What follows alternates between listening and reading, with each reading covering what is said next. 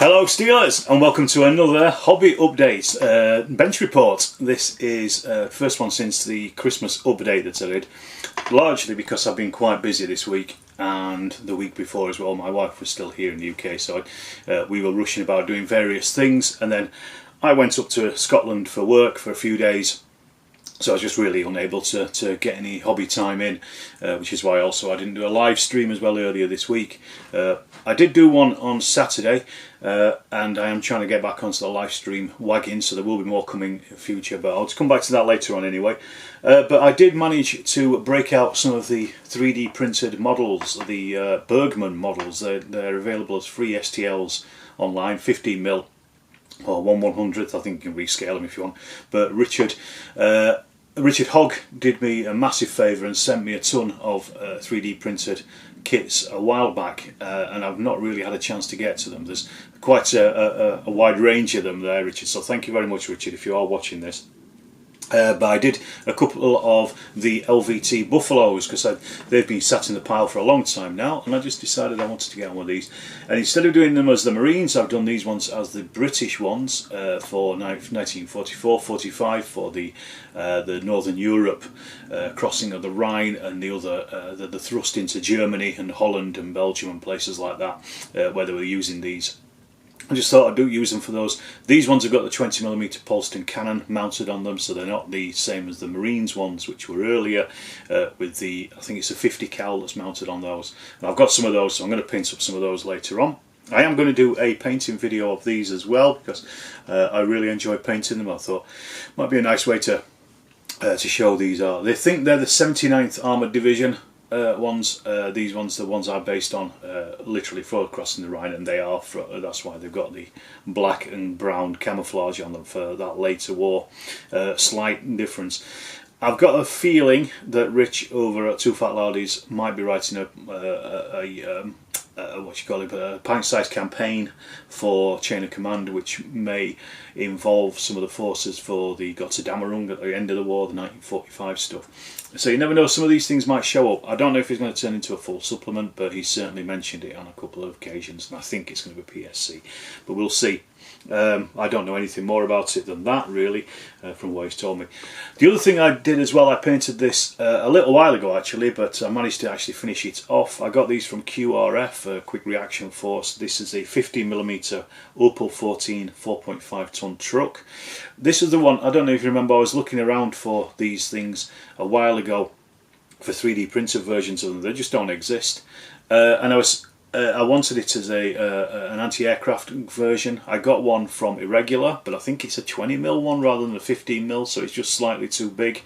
So I'm not sure what I'm going to do with that. I just wanted to test them out because, as ever, Irregular never have photographs on their website, so you don't know what these things look like till they turn up. And it's just slightly too big. It does say 15-20mm on their listing, but this is a QRF one. It's 15mm scale, and I also got some of their anti-aircraft gun crew as well, German anti-aircraft gun crew, just to crew this. As I say, I don't have an anti-aircraft gun to go on it because it was for one of the Stout Hearts and Iron Troopers scenarios. I might fudge it and just say it's an anti-aircraft gun, but we'll see. It's useful for, you know, rear echelon kind of stuff anyway. So that's really the stuff that I painted this week. As I say, it's not been a massive output, and that's simply because it has. I've just been very busy most of the week, and I was away until Wednesday, and then down at the club on Thursday, where I played Dune again. This was with Paul and Chris and James.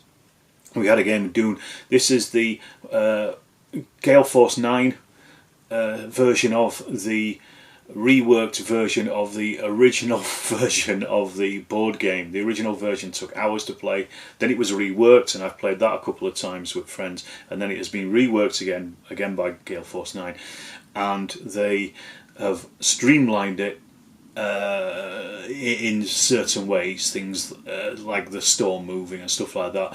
There's very little difference between this and the previous versions that I'd played, from what I could tell, apart from a few more components, and to be honest, the components in the new one just felt a little bit flimsy, but that's just me.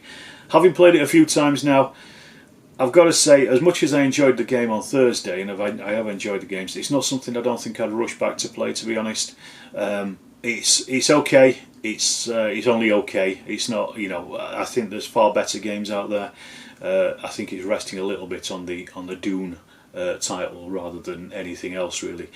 It's just one of those, you know, one of those things. We're all different. Some people might like it a lot more. There is another one called, I think, Dune Imperium, which has got some card building elements in it, which looks very interesting, and I think that might be an interesting game to play, with worker placement and also with the card building elements. This one doesn't feel so much like that. It's quite a basic board game. You know, it's if you can bum rush your enemy and just capture all the three of the areas, it can be over very quickly. The last game I played with my other mates, it was over in 3 turns. This one played through till the 5th turn, but could have been over in a few turns had a couple of things gone right my way. But that's just the way it is, and I'm not saying that because I'm a sore loser. I'm just saying, you know, I enjoy the game, but it's not something I rush back to play. But speaking of games, in the post I've had very little, because obviously it's post Christmas. I'm not spending a great deal, but I did get this, which is the Riverfolk expansion for Root. Reason I bought this is because before my wife came back, we had a couple of games of Root, the base game, and really enjoyed it. I knew I would anyway, and she actually enjoyed it as well, despite her misgivings when I told her it was a bit of an asymmetric war game, which essentially it is. It's just with woodland animals. But I just thought it's such a good game. I want to get some of the expansions, and also because I got for Christmas I got the board organizer, the game box organizer, so I needed to fill that as well. But I got this one. This adds the lizard cult into it, and also it adds in the arms trading otters as well, along with another vagabond as well. So you can have 2 vagabonds on the table if you want them, a black and a white one, and some extra cards for those. I am going to do a video about Root. I'm going to talk about it in a little bit more depth, just the base game at least, because I've not had a chance to play these 2 factions yet, but I will do. We've played a couple of games myself and my wife, so we know the cats and the birds at least very well, and also I've played a couple of the games as well digitally, because I've got the Steam version of it, and it's a great game as well. It's well worth getting hold of. But with me, with digital games, digital versions of board games, I always find them very difficult to understand if I just play them fresh as a digital game, because a lot of them seem to feel as though you know how to play the board game. It was the same with Root. I've had it for a while, and I've struggled to play it as a digital version, but then as soon as I played the board game version, things clicked into place. Probably because, you know, I've read the rules from front to back, but also because we sit there and you can work it out. It's not just the computer working, doing its own thing and not explaining what's happening. Well, that's just me, but yeah, it's a fantastic game. Really, really enjoyable. Really enjoy. I think it's well worth checking out. And like I say, I'm going to do a bit more of a video on that. I'll probably drop that at some point, maybe either this week or next. I don't have a live stream coming up on Tuesday. Simply because I'll be at a funeral, so I'm not going to be in any fit state to be doing any live streaming. And this has also meant that I was going to be doing a chat with the guys from Modelling for Advantage. Again, this is like the 3rd time that we changed it, and we were going to do it this Tuesday. However, I've had to put it back again a week because of circumstances. So if Mike and Johnny are listening, I do apologise again. But we're going to do that a week after that, so I'm not sure what will happen with live streams. Maybe I'll shift it to Wednesday. You never know, I might do a surprise one on Wednesday this week. We'll see how we go. I'm not making any promises, but just expect there won't be a live stream this week. Also, as well, over on Facebook, obviously there's a Storm of Steel Facebook page and group. Go and join those. And join in the fun there and see the stuff that people are posting. There's been a lot being posted over the last few weeks, and really good material coming out.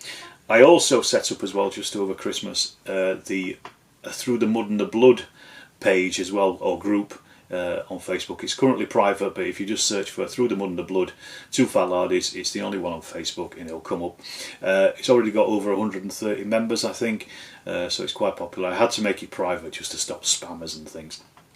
But go ahead, go and join that, and there's a lot of discussion. I posted a lot of stuff in there, like my platoon rosters for the units, which can be used in the Chain of Command First World War version, and also any other skirmish version of the First World War as well, where you're using a 1-to-1 figure scale.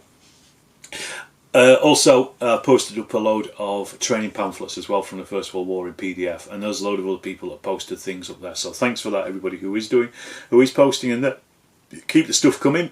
Show us what you're painting, show us what you've painted, how you're getting on with the rules, ask any questions in there. Obviously, you know, I'm no expert, but I'm fairly sure there's plenty of people in there who are and who can chat you through what's going on.